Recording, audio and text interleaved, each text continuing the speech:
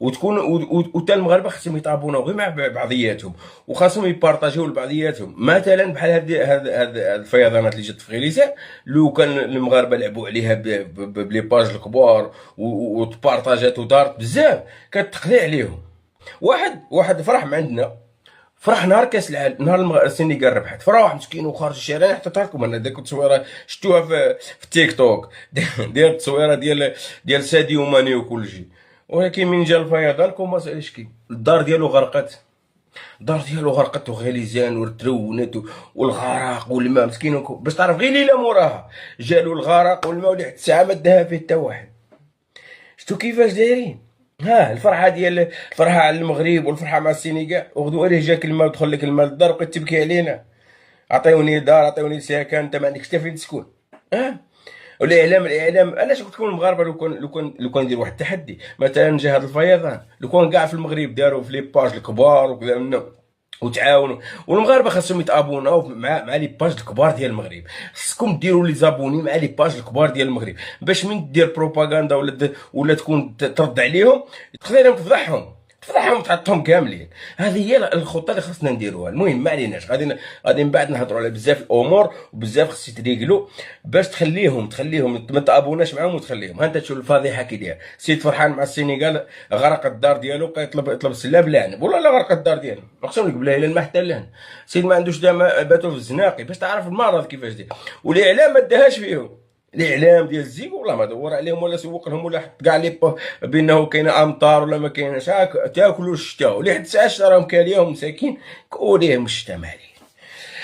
هذا المغرب عنده، المغرب غادي يهرب له. المهم هادشي اللي كاين. عاود واحد الحاجه اخرى، الفيزا اللي حطوها صافي، الفيزا دارت اوفيسيال. دروك هذا الاعلام في عوض يهضر على هاد الحوايج، ولكن مازال غادي يجيب شويه بشويه غادي يهضر على الحوايج. شنو يهضر؟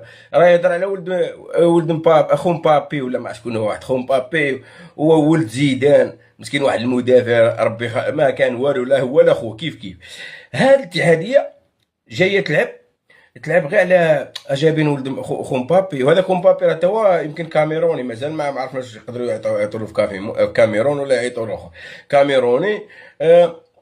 شكون اخر؟ وهذا ولد زيدان. يعني خصهم يلعبوا غير ديك العقليه. صحاب لهم درك من تجيب ولد زيدان وخو مبابي وكذا من صافي غادي دي كاس افريقيا وكاس العالم، وانت كاس العالم ما تدخل من الدور الاول والله لا مشينا بعيد. يعني هذه راه باينه وواضحه، لانه ما راك خدام الفئات العمريه وخدام غير على السميه. ولد فلان ولد فلان، نجيبوا ولد فلان كيما قالك جبنا احسن حارس في العالم ولد زيدان، في الاخير ولد زيدان بقاو يدخلوا عليه مع نيجيريا اهداف عاديه. يعني هنا الخدامين غير على البيبليسيتي، خدامين غير نبانوا، بصح الواقع ما كاين والو. هذا الشيء اللي حسدوا المغرب في التفوق ديالو، من يجيب الشباب ويجيب هذه ويتفوق عليهم. وما دروك ولاو هذه الفكره هذه. هذاك خو مبابي راه ما كاينش مستوى، ما عندوش مستوى. وخو مبابي كان عنده مستوى الكره في باريس سان جيرمان، كان عنده مستوى الكره في فرق كبار. مسكين عادي، يلعب عادي، مسكين يلعب مع واحد مارين فريق عادي، ما كاينش شي حاجه مالي الليل، فريق عادي مسكين يجرجر في رجلي عادي. واش ملعب ولا ماشي لاعب؟ المهم هادشي من جهه. هادشي انا قلت لكم النصيحه ديالي للجمهور المغربي والجماهير المغربيه، الا بغيتو ننجحوا واحد الحمله ان شاء الله ونتعاونوا فيها، خليه يهضر، ما تكومونتي عنده، ما تمشي عنده، ما تدور عليه، بلوكيه. والبلوك اي واحد عنده باجا، عنده شايف باجا ديالهم يبلوكيها، ديرها صافا الزيكو يبلوكيها.